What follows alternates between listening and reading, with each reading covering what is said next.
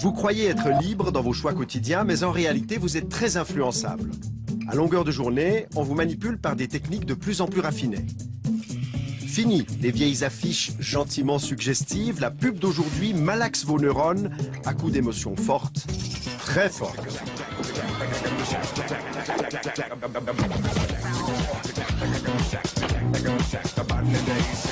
Dans l'heure qui suit, vous allez voir comment vous vous faites influencer par les slogans, les images et les étiquettes trompeuses.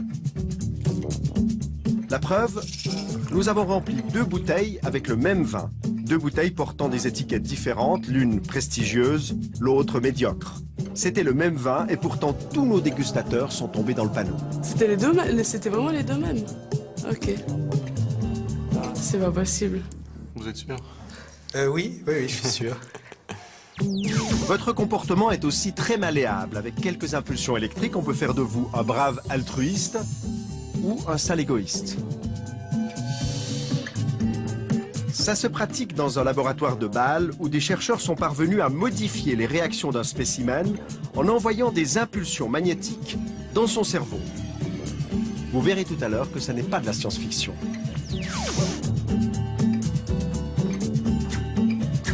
Vous allez aussi découvrir comment il est possible de manipuler votre mémoire et d'y implanter de faux souvenirs.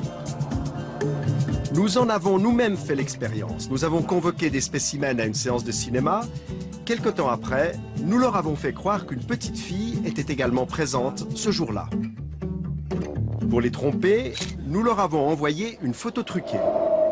Et chose incroyable, ça a marché, le faux souvenir est devenu vrai. Je me souviens d'elle quand elle est entrée dans le cinéma.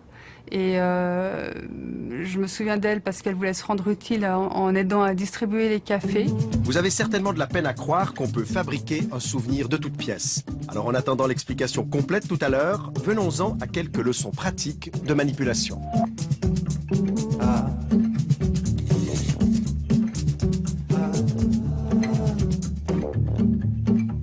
Bonsoir. Tout au long de cette émission, vous allez voir des expériences de manipulation très surprenantes. À longueur de journée et quasi en permanence, nous sommes mis sous influence. Dans ce café, par exemple, vous allez assister à une scène très banale. Un couple qui déjeune tranquillement à une table. Mais en réalité, en quelques minutes, plusieurs techniques de manipulation vont être utilisées. Regardez. J'ai trop mangé. Ça a été un petit dessert? Oh non. On a la tarte aux framboises de maman si jamais elle est succulente. Oui, bon bah finalement d'accord. Très bien. Je ferai un régime demain. Ouais. En fait, chérie, pour cette manif sur le partage des tâches, t'as réfléchi? Écoute, franchement, défiler en tenue de ménage avec un aspirateur à la main, c'est pas trop mon truc. Mais il nous faut des hommes qui jouent le jeu dans cette manif, sinon il n'y aura pas de photos dans la presse. Enfin, bon, je veux pas te forcer, hein. Tu es tout à fait libre d'accepter ou non. Bon, d'accord. C'est vraiment pour te faire plaisir. Voilà là d'ici. Et ça c'est pour vous. Ah, bah 12 francs la mousse. J'espère que c'était des framboises bio.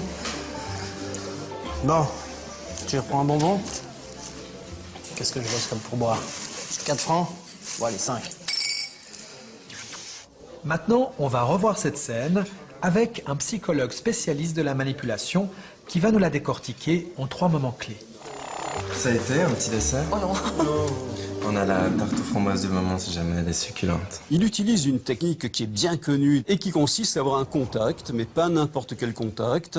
Contact, en général, c'est entre le coude et l'épaule, entre 1 et 2 secondes, sans effleurer, sans broyer. Et ce contact permet d'augmenter la probabilité de voir les gens faire, finalement, ce qu'on attend d'eux. Oui, bon bah finalement d'accord. Très bien. Je ferai un régime demain. Mais il nous faut des hommes qui jouent le jeu dans cette manif, sinon il n'y aura pas de photos dans la presse. Enfin, je veux pas te forcer, hein. Tu es tout à fait libre d'accepter ou non. Mais là également, ce qui est utilisé, c'est une technique qu'on connaît bien, qu'on appelle le « vous êtes libre d'eux » et qui consiste à doter d'un statut de décideur, de sujet libre, la personne dont on recherche le concours. Alors on peut utiliser des formules comme « évidemment vous êtes libre », mais on peut également utiliser d'autres formules comme « surtout ne vous sentez pas obligé » ou « c'est à vous de décider, c'est à vous de voir ». Dans tous les cas, on a le même résultat. Les gens déclarés libres se soumettent davantage. C'est-à-dire, en d'autres termes, ils font librement ce que vous souhaitez les voir faire et qu'ils n'auraient pas fait spontanément. Bon, d'accord. C'est vraiment pour te faire plaisir. Voilà là d'ici. Vous connaissez l'expression donnant, donnant. Le serveur ne fait rien d'autre qu'activer une norme de réciprocité. Il fait quelque chose pour vous qu'il n'était pas obligé de faire et il attend en retour de vous quelque chose que vous n'étiez pas obligé de faire. Qu'est-ce que je laisse comme pourboire? 4 francs? Allez, 5. Les petites techniques de manipulation sont omniprésentes dans le commerce. Le vendeur sait par exemple que l'acheteur est plus sensible à une baisse de prix affichée en pourcentage qu'en valeur absolue. Autre exemple, certaines marques de voitures diffusent un parfum sentant la voiture neuve dans leur voiture justement neuve pour qu'elle sente encore plus cette odeur si typique de voiture neuve. Les clients adorent ça. On est dans un pays qui passe son temps à compter, mais on n'a jamais... Et à propos de clients, Sophia, vous la reconnaissez, c'est la journaliste très rationnelle de l'émission économique de la TSR. Elle passe ses journées à parler chiffres, budget et autres comptes transitoires. Et bien, une fois la porte du boulot fermée, ses envies et ses passions lui font perdre la raison. Exemple, lors d'une soirée de vente à domicile entre copines. Moi, j'étais partie en me disant, je vais dépenser maximum 200 francs. Ce qui me semblait déjà une coquette somme pour des bougies. Hein. Puis quand je suis passée à la caisse, bah, j'en avais pour, je crois, 450 francs. Mais comment Sophia en est-elle arrivée à dépenser 2 fois plus que prévu? Tout s'est passé selon un scénario bien rodé. Sans s'en rendre compte, Sophia s'est peu à peu retrouvée dans un engrenage qui l'a poussée à en acheter beaucoup.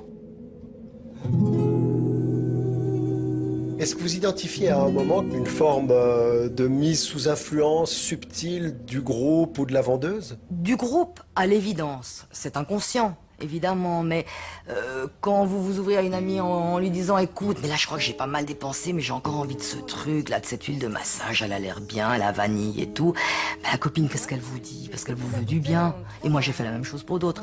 Ben, achète, allez au point où tu en es, achète.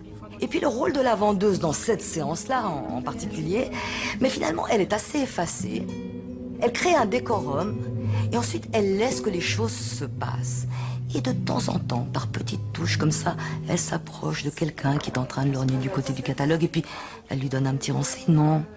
Là, elle vient vers vous et elle vous propose encore un petit quelque chose. Mais ce n'est pas très appuyé comme démarche. Donc vous n'avez pas l'impression qu'elle vous pousse à la consommation. Même si quelque part elle le fait, évidemment. Et ça n'est pas tout, car si Sophia aime les bougies, elle adore le maquillage. Une amie m'avait offert un bon pour une séance de maquillage à mon domicile. J'étais avec ma mère. Et puis cette jeune fille est venue avec une petite mallette. Elle était la représentante d'une marque de cosmétiques connue. Et d'abord, elle m'a fait un maquillage et je me trouvais mais canon. Puis ensuite, elle m'a dit, mais vous pouvez acheter les produits. Oh, bah ça c'est bien. Et alors là, la fille était vraiment active. Elle a dû flairer le pigeon. Et alors elle me disait, voyez Sophia par exemple, le crayon blanc, ça fait, si vous voulez avoir l'œil plus grand, alors je dis oui, je veux avoir l'œil plus grand. Ah ben il faut acheter ce crayon blanc. Et alors j'achète le crayon blanc. Voyez Sophia, ce mascara, alors comme celui-là, il n'y en a pas d'autre. Et j'ai envie de la croire à ce moment-là. Alors ne me demandez pas qu'est-ce qui vous pousse à la croire, je ne sais pas très bien, mais j'ai envie de la croire à ce moment-là. Et je me dis que si j'achète ce mascara, j'aurai le cil plus long. Et donc je plonge. Et je me suis retrouvée avec une ardoise de 800 et quelques francs, avec une mère décomposée à côté de moi qui me disait ma fille est folle, et j'étais un peu folle. Ouais. Pousser une acheteuse comme Sophia à mettre le doigt dans l'engrenage de la dépense, ça relève d'une habile technique de persuasion. Une technique qui a été décortiquée dans les années 60 par des psychosociologues américains.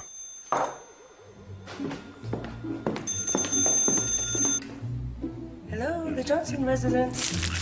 Ils se sont livrés à une expérience devenue fameuse. Ils ont d'abord appelé au hasard des dizaines de femmes au foyer et ils leur ont demandé de répondre à quelques questions simples sur leurs habitudes de consommation. Alors la technique, on l'appelle le pied en la porte. Son principe est relativement simple, obtenir peu dans un premier temps pour essayer d'obtenir davantage dans un deuxième temps.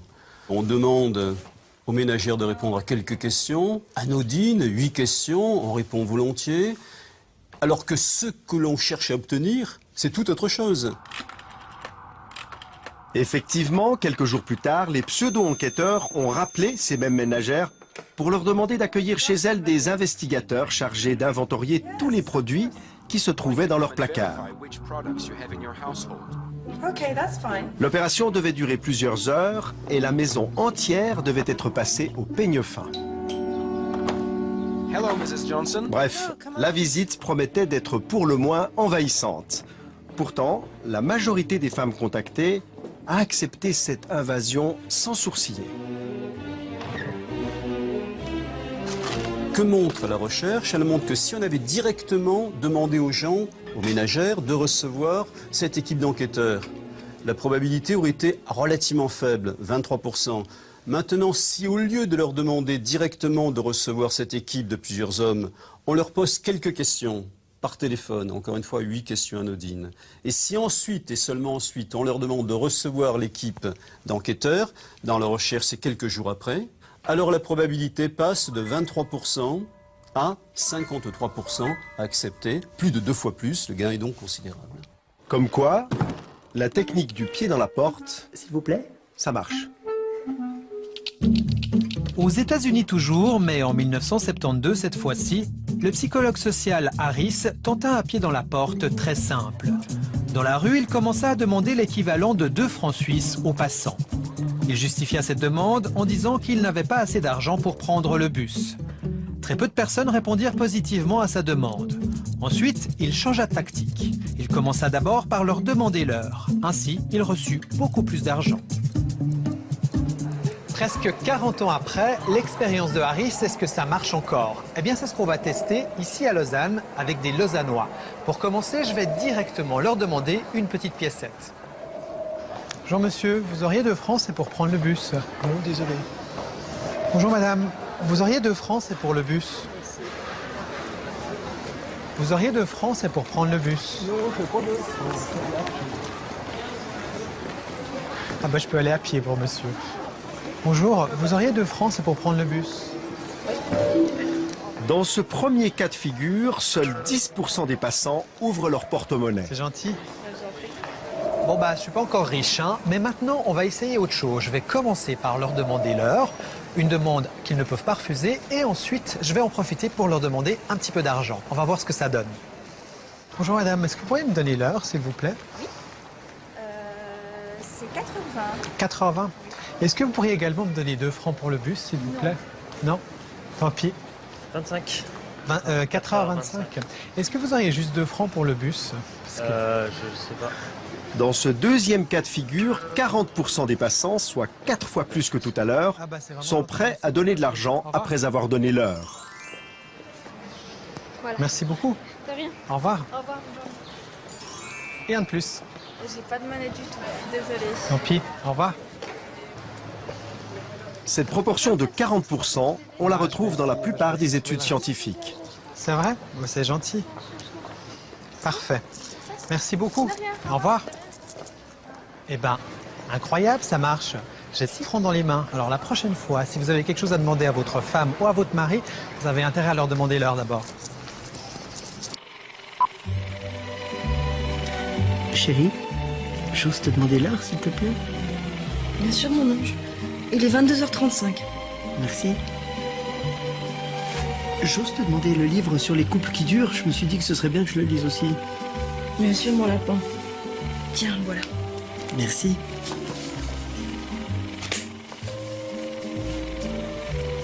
Chérie, j'ose te demander encore de... Enfin, on peut faire l'amour? Bien sûr, mon trésor. Ça marche.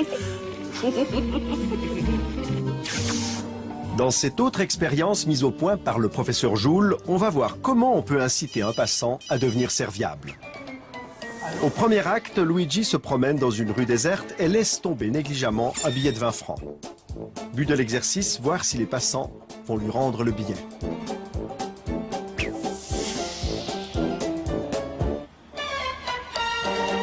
Il court. Lui, en tout cas pas.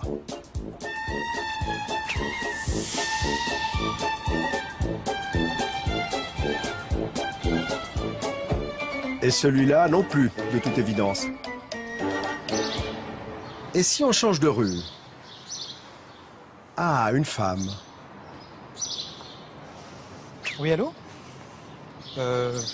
Oui? Ok, oui. Très bien. Oui? Bien essayé, mais pas très insistante. Non, pas forcément. Il faut dire que selon les recherches scientifiques, dans cette situation où ils ne se sentent pas observés, seuls 20% des passants rendent le billet. Voyons maintenant ce qui se passe si on ajoute une petite technique de manipulation dans l'histoire. Au deuxième acte, on fait intervenir un faux touriste qui demande son chemin. Salut, tu sais où c'est le pont Bessières? Le pont Bessières, c'est le pont qui est juste là-bas. Okay. Juste, le prochain là, c'est pas celui qui est là-bas? Non, ok, c'est cool. Là-bas. Merci, ciao. Pareillement. Cette fois, les passants commencent par rendre un service. Tous acceptent de renseigner le faux touriste et lorsqu'ils aperçoivent le billet, leur attitude change. Dans ce cas de figure, les recherches ont montré que 40% des passants rendent l'argent. Merci bien. Au revoir. Tout se passe comme si le premier comportement avait permis à la personne d'établir un lien entre ce qu'elle a fait et ce qu'elle est, à savoir serviable. Elle n'était pas obligée d'expliquer où se trouve la gare, où se trouve le cours Mirabeau, ou la tour Eiffel. Elle n'était pas du tout obligée. Elle l'a fait. Elle ne l'a pas fait pour obtenir une récompense. Elle ne l'a pas fait pour éviter une punition. Et donc, elle va en inférer que finalement, si elle l'a fait, c'est parce qu'elle est quelqu'un de serviable. Et au coin de la rue, voilà une opportunité qui lui permet effectivement de se montrer qu'elle est effectivement serviable. Suivez le pavé. Ok. Merci beaucoup, monsieur. Au revoir. Lorsqu'on demande aux gens pourquoi vous avez réagi de cette façon-là, et les gens se drapent dans leur dignité pour vous dire mais enfin je suis comme ça. C'est dans ma nature d'eux. Vous voyez, donc il n'y a pas forcément conscience du processus par lequel ils ont été amenés à faire ce qu'ils ont fait, mais ils en appellent directement à ce qu'ils sont. C'est gentil. En d'autres termes, cessez de croire que vous êtes serviable et demandez-vous plutôt ce qui vous pousse à l'être. Merci beaucoup, madame. C'est gentil. Merci. Quand il s'agit de manipulation, on peut dire que l'habit fait le moine. En effet, si vous voulez augmenter la valeur d'un produit et le vendre plus cher, n'hésitez pas à soigner son emballage. Une expérience a démontré que le même article de journal mis en page dans le canard à sensation Le Blick ou dans la très respectée NZZ peut être à la fois considéré comme très léger ou au contraire comme très sérieux. Mais s'il y a un domaine où l'emballage compte, c'est celui du vin. Petite expérience de manipulation. Je vous laisse vous asseoir. Bienvenue à l'école hôtelière de Genève. Donc l'idée aujourd'hui, c'est de vous faire déguster 4 pinots noirs de régions différentes.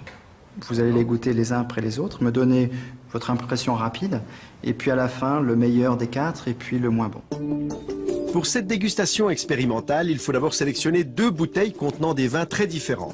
En l'occurrence, un pinot noir suisse-allemand, jeune et peu connu, et un bourgogne millésimé 2005, reconnu pour être un excellent cru. On remplit les 2 bouteilles avec un 3e vin de même cépage, mais d'une toute autre provenance. Le même vin, de qualité moyenne, va donc se retrouver dans les 2 bouteilles, l'une à l'appellation prestigieuse, l'autre de réputation médiocre. Et pour brouiller les pistes, on ajoute 2 autres bouteilles, dont le contenu, cette fois, correspond à l'étiquette. On va commencer par un pinot noir de Suisse alémanique, qui est en 2009. On commence avec une première apprentie dégustatrice.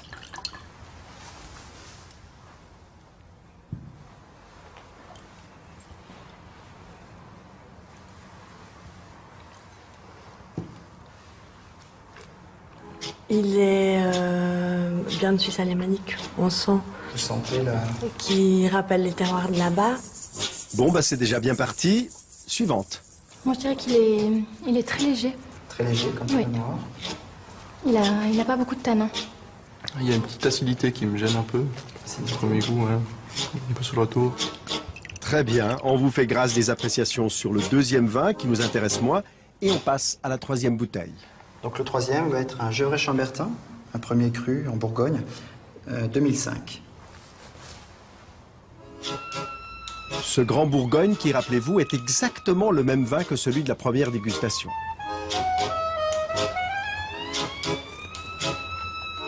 Voilà, il y a tout de suite plus, on sent que c'est autre chose, on sent que c'est un peu plus structuré déjà. Plus de structure, plus de longueur. Oui, aussi, tout à fait, oui. Oui, je préfère, oui. Préféré. Bon, je pense que c'est dû aussi au millésime 2005, c'est plus vieux. Moi, je trouve qu'il a un bon équilibre général. En bouche, peut-être un peu plus rond. Donc là, on a quelque chose d'un cran au-dessus. Un cran au-dessus. À mon avis. Donc 2005 aussi, le millésime joue pas mal sur la structure du vin. Le meilleur des 4 serait... Moi j'ai préféré le troisième. C'est-à-dire le Gevrey-Chambertin. Le Chambertin. Et puis celui moins bon. Moins plus, c'est le Suisse allemand de 2009. Le premier. Donc le Suisse allemand, le premier, en 2009. Comme Boris, certains étudiants ont à la fois détesté et adoré le même vin. La faute à l'étiquette et à tout ce qu'elle représente. Le premier, c'était un vin de Suisse alémanique. Donc on peut dire peut-être des préjugés négatifs parce qu'on ne connaît pas le produit. À l'opposé, le Gevrey-Chambertin, c'est un des vins les plus connus au monde, qu'on soit expérimenté ou pas, et on va se laisser influencer. Donc on va mettre dès le départ la barre un petit peu plus haut avec cette étiquette. Je pense que tout le monde peut se faire avoir, qu'on soit bon ou mauvais. Et en l'occurrence, ici, vous aviez d'excellents étudiants. Mais que ce soit ces étudiants-là ou d'autres personnes, on peut très bien se faire avoir avec cette présentation, cette mise en scène des étiquettes. Bon, allez, il est temps de leur dire la vérité. Mais en réalité, il y avait 2 fois le même vin dans ces bouteilles. Qu'est-ce que ça vous fait? C'était vraiment les deux mêmes. Ok. C'est pas possible. Si, c'est possible. Vous êtes sûr? Oui, je suis sûr. C'est fou. Ça vous semble fou? Ouais. Ça fait peur un peu. Le manque d'objectivité par rapport à ça, c'est étonnant. Vous, Boris, vous êtes plutôt du genre influençable dans la vie? J'ai envie de dire non, mais après ce qui s'est passé à la dégustation, finalement, je pense que je suis un peu comme tout le monde. Je me laisse facilement influencer, surtout au niveau visuel, par les choses. J'essaye de garder un peu d'authenticité dans mes choix, mais c'est pas toujours facile. Et même après avoir découvert la supercherie, nos spécimens ont encore de la peine à croire qu'ils ont dégusté 2 fois le même vin. Pour eux, il y avait réellement une différence de goût. Et ça me surprend parce qu'il y avait quand même une différence pour moi entre le premier, donc le pinot noir. Le Hallower suisse allemand. Exactement, et le Chambertin pour moi était vraiment différent.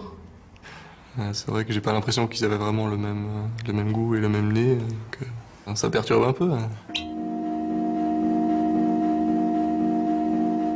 Ce phénomène de goût altéré, Ilke Plasman le connaît bien.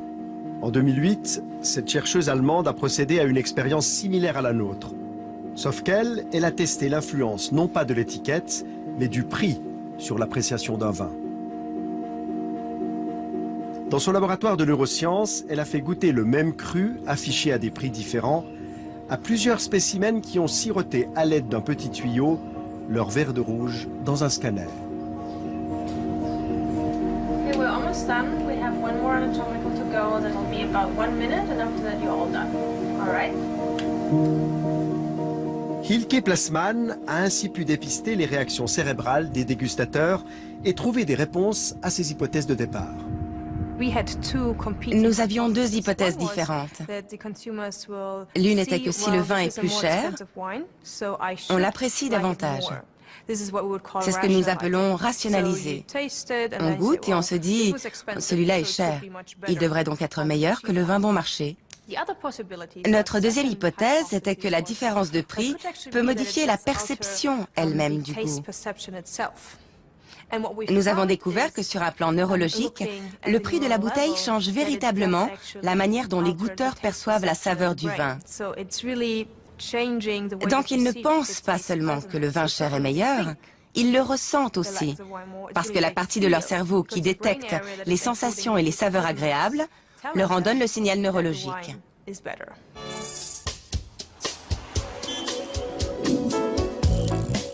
Votre cerveau est constamment soumis à des influences. À longueur de journée, vous êtes stimulé, sollicité, tenté et même harcelé. Et parfois, quelques mots suffisent à vous faire changer de comportement. Démonstration pratique dans un couloir de la TSR où nous avons installé une caméra cachée. But de l'opération, reproduire une expérience réalisée aux États-Unis dans les années 90. Pascal Wagner, professeur de psychologie sociale à l'Université de Fribourg, nous a aidés à la mettre en place. Alors on veut voir si le fait de penser à une catégorie de personnes ou à un concept va influencer quelque chose d'aussi automatique que notre vitesse de marche, par exemple. Pour cette expérience, nous avons convoqué plusieurs spécimens et à leur insu, nous les avons filmés en mesurant le temps qu'ils ont mis à parcourir ce couloir avant de rejoindre une salle où ils devaient remplir un questionnaire. Léo, par exemple, a pris 15 secondes pour parcourir ce trajet. Pendant 5 minutes, il avait pour consigne d'écrire tout ce qui lui passait par la tête en relation avec les personnes âgées. Le but de l'exercice étant de le pousser à s'immerger dans le monde de la vieillesse.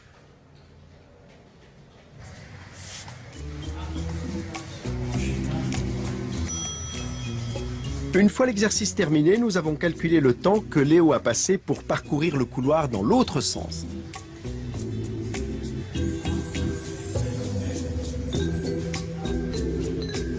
Résultat, 16 secondes et 15 centièmes. Il a donc ralenti le pas au retour. Et même si elle est minime, cette différence est significative. Elle n'est pas l'effet du hasard. L'exercice a été répété plusieurs fois et la plupart des personnes testées ont marché plus lentement sur le trajet du retour. Le fait de penser aux personnes âgées va forcément nous faire penser à des choses stéréotypiques des personnes âgées. Quand on pense aux personnes âgées, on pense plutôt par exemple à la lenteur de déplacement. Et donc, le fait de penser à cette lenteur aurait un effet direct sur notre comportement, un effet inconscient. Le fait d'évoquer la lenteur nous ferait nous-mêmes nous déplacer plus lentement.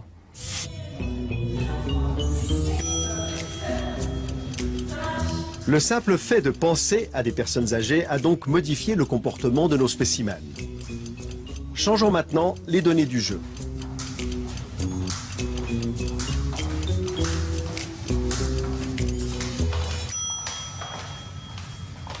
Et regardons ce qui se passe si on remplace le questionnaire sur la vieillesse par un questionnaire sur la vitesse des athlètes et des sprinters.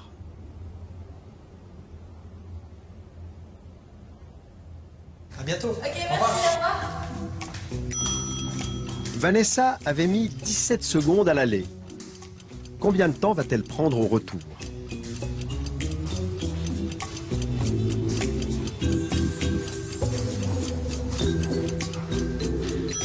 « 15 secondes, 2 secondes de moins. Cette fois aussi, nous avons répété l'exercice plusieurs fois. Et aussi fou que cela puisse paraître, selon le questionnaire qu'ils ont reçu, nos spécimens se sont transformés en vieillards ou en sprinters. Attention, non! C'est tous des effets qui sont très étonnants, alors qu'ils ne sont pas de trop longue durée, heureusement. Et par exemple, ou de penser à l'agressivité, ça nous rend un peu plus agressifs. De penser au chaud ou au froid, ça change un peu notre évaluation des autres. On les perçoit comme plus chaleureux ou plus froids, justement. Et donc, c'est tout à fait étonnant, ces effets de nous penser sur notre comportement. D'abord parce qu'ils sont inconscients, donc on remarque pas du tout ces influences-là. Et elles peuvent être nombreuses. Et c'est étonnant aussi dans notre société un peu individualiste, où on a l'impression que l'individu est responsable de ses actes, est maître et responsable. Et là, ça montre que pratiquement chaque pensée qui nous vient de l'extérieur peut nous influencer quand même. C'est presque inquiétant d'imaginer ça. Alors oui, ça pourrait, dans un régime effectivement dictatorial où l'amorçage devient des slogans qui sont toujours les mêmes et à toute heure du jour et de la nuit, bien sûr que ça pourrait avoir des effets beaucoup plus grands.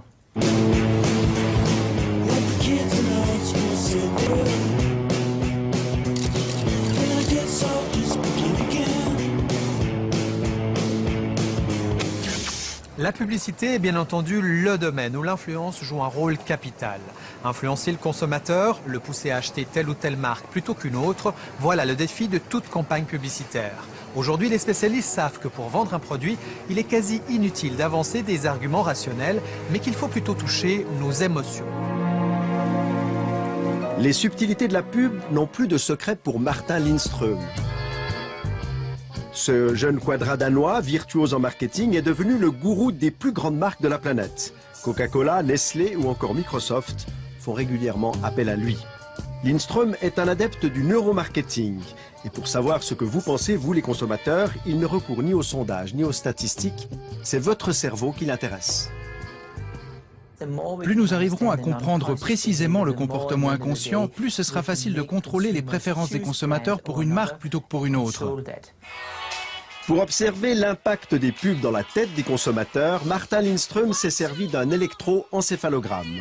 Il a mesuré la réaction cérébrale de dizaines de téléspectateurs qui regardaient la version américaine de La Nouvelle Star, une émission sponsorisée par plusieurs marques qui cherchaient à se profiler. Pour certaines, ça a été le bide. Ford était en fait la marque qui a le moins bien réussi. Pourquoi? Eh bien, c'est très intéressant. D'abord, on se demande ce qu'une voiture a à faire avec un concours de chant. Tout à coup, les téléspectateurs voient une voiture au milieu du show et ils pensent « mais ça n'a rien à voir ».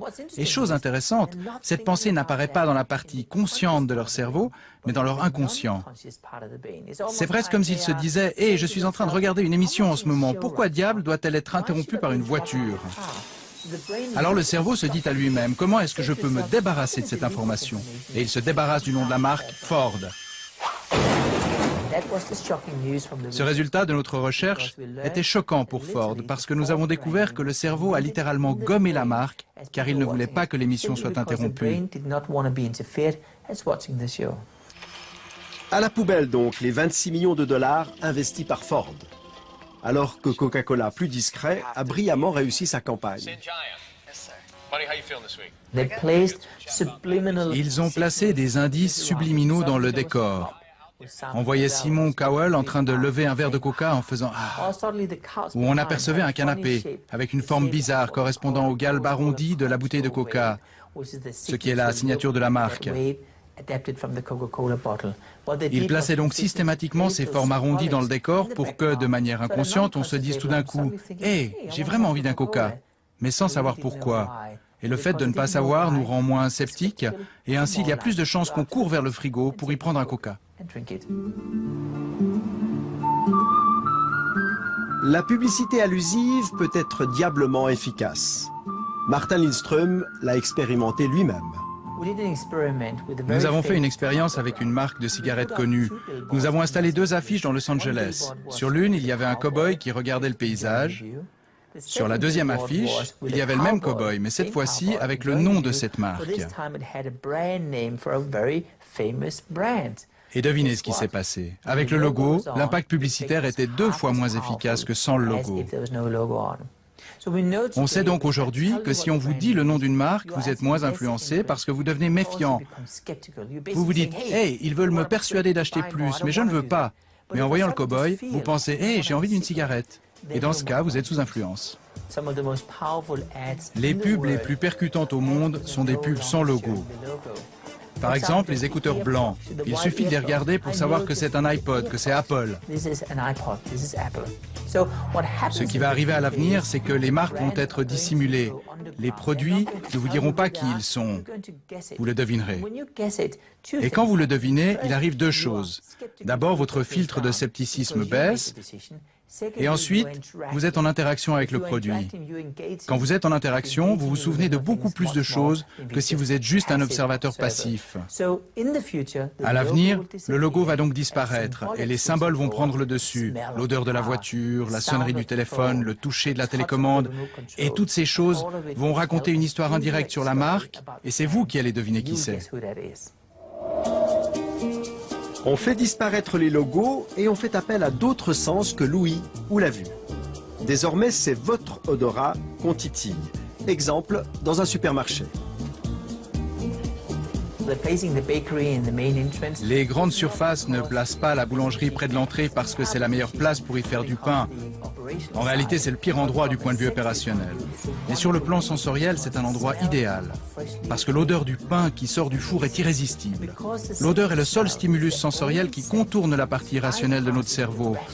Il touche directement aux émotions. On ne peut pas y résister. On se dit « je commence à avoir faim ». Et évidemment, plus on a faim, plus on achète. Lutter contre l'influence de la pub, c'est la bataille de David contre Goliath. Et dans cette histoire, David s'appelle Rémi Douat et il vit à Paris.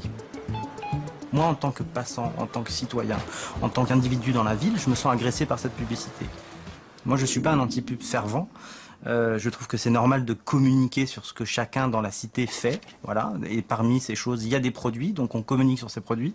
Mais là, on a passé, depuis de nombreuses années maintenant, une étape supérieure où tout est communication et tout est publicité. Lorsqu'il se promène en ville, Rémi a l'habitude de passer tout droit devant les vitrines qui pourraient le séduire. Mais pour nous, et à titre exceptionnel, il s'est arrêté devant l'une d'entre elles, histoire de nous expliquer sa vision des choses. Ce qu'on voit simplement dans cette vitrine, en regardant comme ça, c'est que c'est très peu cher. Et le peu de qualité, entre guillemets, du décor peut donner l'impression qu'en effet, ça va être un magasin pas cher et qu'on a tout intérêt à rentrer là-dedans. En fait, on est très tenté de rentrer. D'ailleurs, nous aussi, on était tentés de rentrer, mais avec une caméra, ça n'a pas été possible. Le magasin veut protéger ses techniques de vente bien rodées. C'est donc Rémi qui va nous en parler sur le trottoir.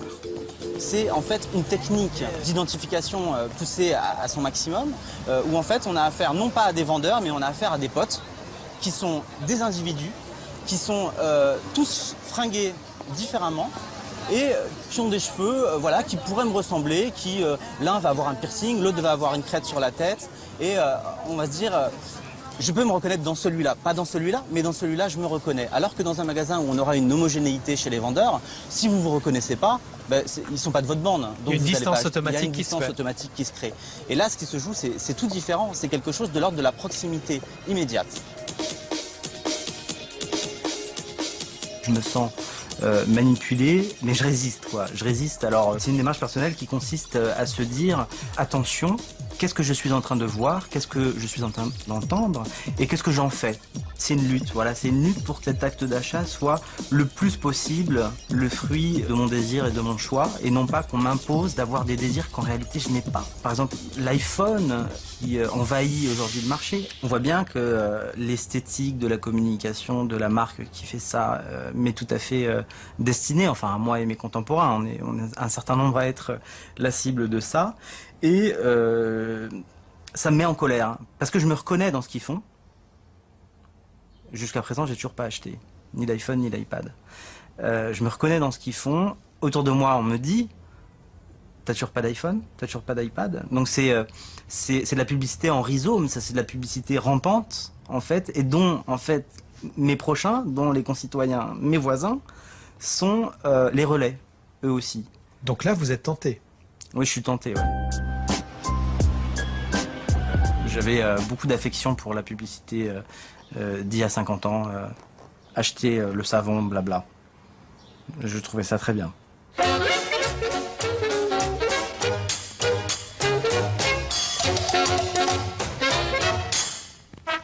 ça presse, quand ça presse, quand ça presse, pour toute la lessive entre deux, quand ça presse, c'est avec Express Liquide que ça va le plus vite.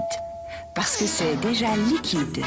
Express Liquide pour le lavabo et aussi pour la machine à laver. Une publicité a atteint son but si on se souvient d'elle, si elle reste marquée dans notre mémoire. La mémoire, c'est justement un espace qu'on a cru pendant longtemps inviolable. Mais en réalité, aujourd'hui, les chercheurs savent que nos souvenirs sont malléables et qu'il est donc possible de les manipuler. Le professeur Martial van der Linden de l'Université de Genève est un des quelques spécialistes mondiaux de la mémoire et de ses mécanismes.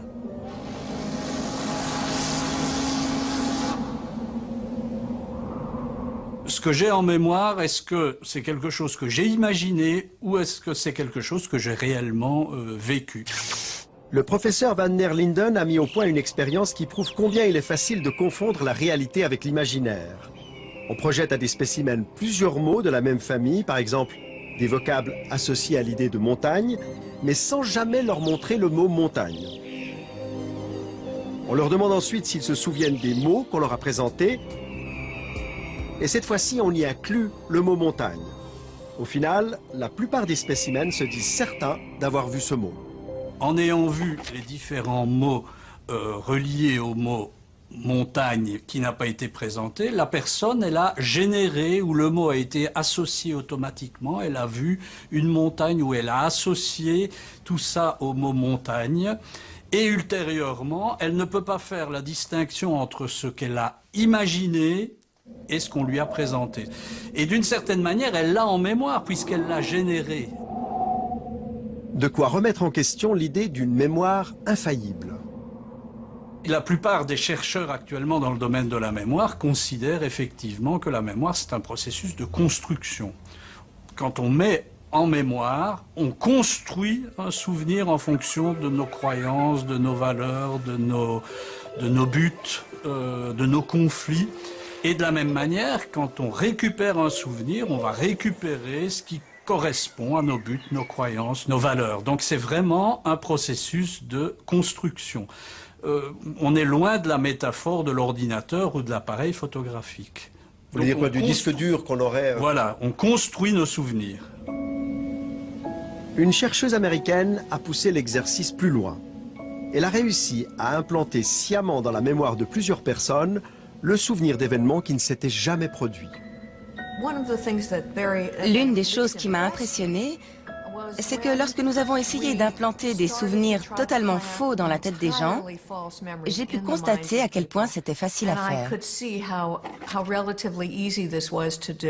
Par exemple, nous avons réussi à faire croire à des gens que lorsqu'ils avaient 5 ou 6 ans, ils s'étaient perdus dans un centre commercial, en leur mentionnant un lieu précis et en citant des personnes présentes.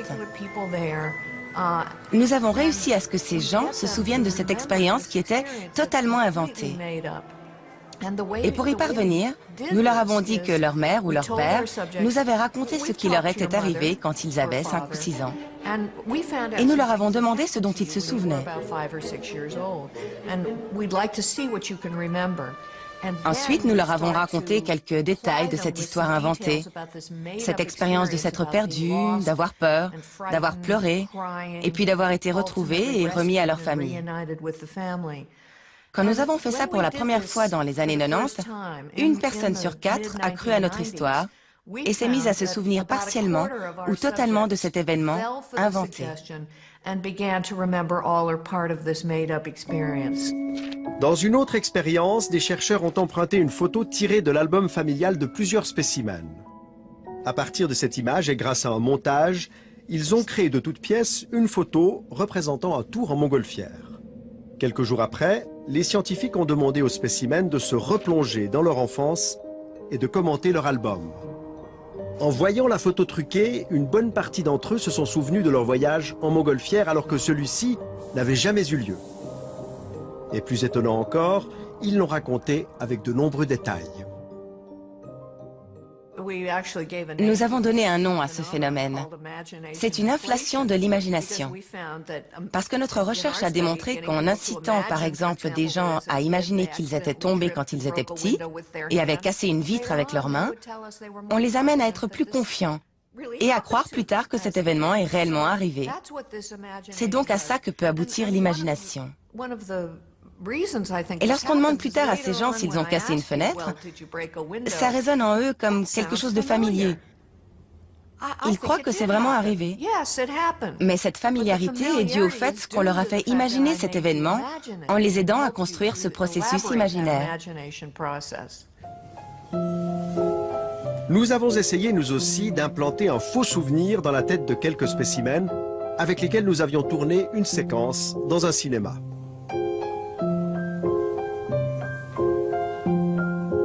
Quelques mois plus tard, nous les avons invités à un apéritif. À cette occasion, nous leur avons raconté une fausse anecdote soi-disant survenue lors du tournage. Nous leur avons fait croire que Luna, une petite fille devenue notre complice pour l'occasion, était présente dans le cinéma ce jour-là. Moi, je me souviens de toi, Luna. Et qu'elle avait renversé du café sur le pantalon de Luigi. Heureusement que tu te rappelles toi aussi. Au cinéma, vous étiez là, vous, quand Luna nous servait des cafés, puis c'est avant qu'on tourne, quoi. Elle a renversé le truc. Pour bien implanter ce faux souvenir dans leur mémoire, nous avons utilisé une vraie photo du tournage, mais en y ajoutant la petite Luna. Durant l'été, nous avons envoyé ce photomontage, parmi d'autres photos souvenirs, à nos spécimens. À l'automne, nous leur avons demandé de nous raconter quelques anecdotes sur le tournage. Bonjour. La présence de la petite Luna allait-elle faire partie de ses souvenirs? Notre expérience a-t-elle marché? Quand je suis arrivée, elle devait être à la caisse. Donc je l'ai juste aperçue. Elle était dans la cage à l'entrée, où il y avait les biscuits, où on servait les cafés. Hein. Mais après, je me rappelle vraiment pas. Caroline, elle, ne se souvient pas de la tache de café, mais elle garde un souvenir très précis de Luna.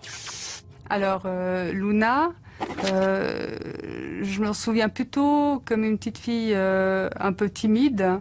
Je l'ai pas personnellement beaucoup côtoyée pendant cette journée-là. Je me souviens d'elle quand elle est entrée dans le cinéma. Et je me souviens d'elle parce qu'elle voulait se rendre utile en aidant à distribuer les cafés. Donc elle a été rejoindre Chloé dans la petite cuisine et à la cafetière. Et par la suite, je l'ai personnellement pas beaucoup vue, mais je me souviens d'un moment en fait où elle était un peu recroquevillée vers Chloé, un peu...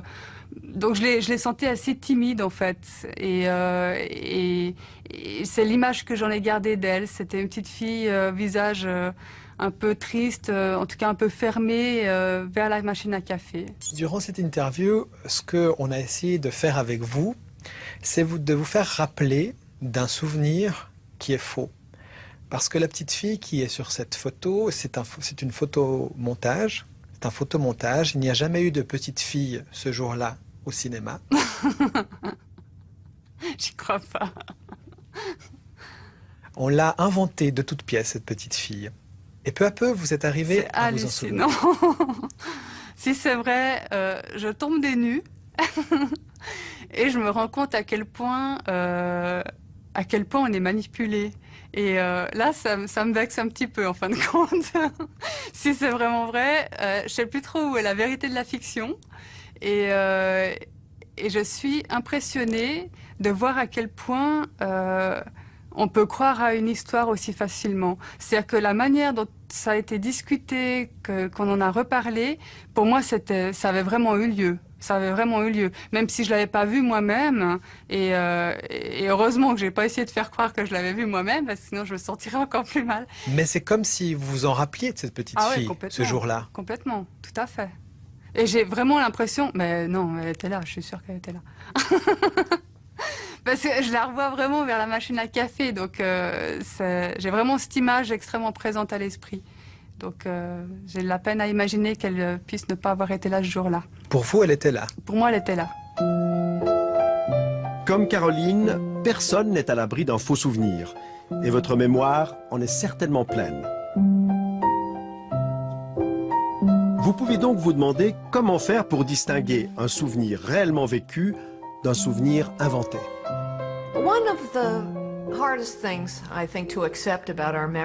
L'une des choses les plus difficiles à accepter concernant notre mémoire, c'est que, sans vérification, il n'y a aucun moyen valable de savoir si un souvenir est vrai ou s'il est produit de l'imagination, des rêves ou d'un autre processus.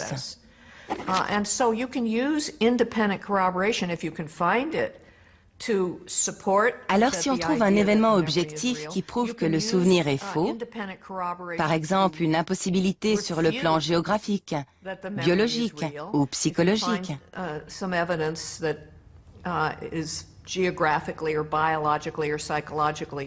alors on sait que ce souvenir est inexact. Mais sans cet événement objectif, il est quasiment impossible de faire la différence entre un vrai souvenir et un faux.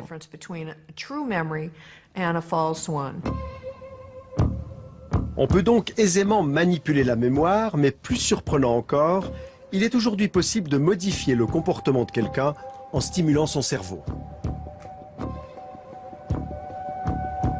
C'est l'exploit qu'a réalisé Daria Knorr, professeure au département de psychologie sociale et affective de l'université de Bâle. Cette neuroscientifique de réputation internationale connaît de près les méandres du cortex préfrontal latéral, une zone qui joue un rôle important dans la prise de décision. Daria Knorr a mis au point une technique permettant de désactiver temporairement cette zone, donc d'influencer directement votre comportement et vos décisions.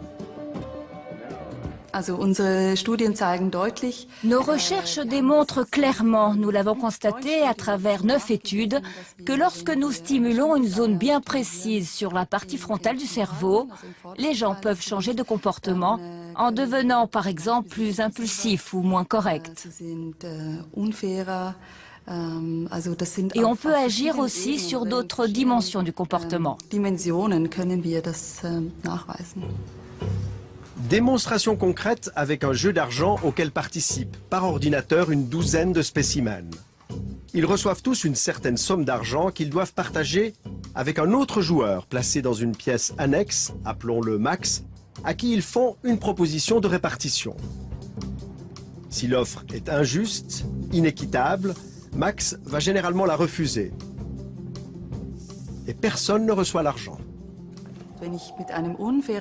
Lorsqu'on est confronté à une offre inéquitable, on est face à un conflit.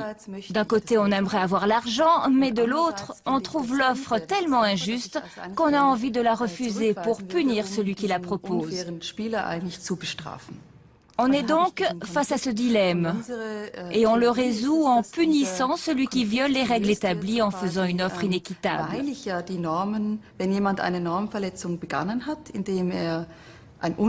Mais pour le punir, il faut pouvoir contrôler ses propres pulsions égoïstes et rejeter l'offre, donc renoncer à avoir l'argent.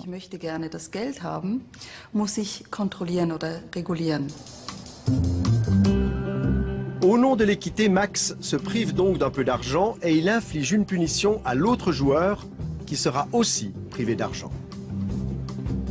Mais ça se passe très différemment si on intervient directement dans le cerveau de Max et qu'on lui administre à travers le crâne des stimulations magnétiques. Une intervention que Daria Knorr a reconstituée pour nous. Indolore et non invasive, les impulsions magnétiques pénètrent dans le cortex préfrontal et en neutralisent une petite zone. Dès lors, le comportement de Max sera totalement modifié. Il ne prendra plus les mêmes décisions. Après la stimulation, il accepte toutes les offres de partage, même les plus inéquitables.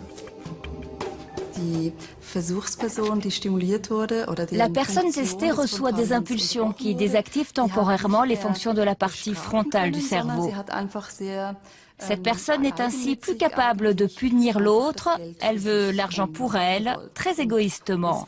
Et ça lui est complètement égal de savoir si le comportement des autres est équitable ou pas. Après cette intervention, Max est donc devenu égoïste.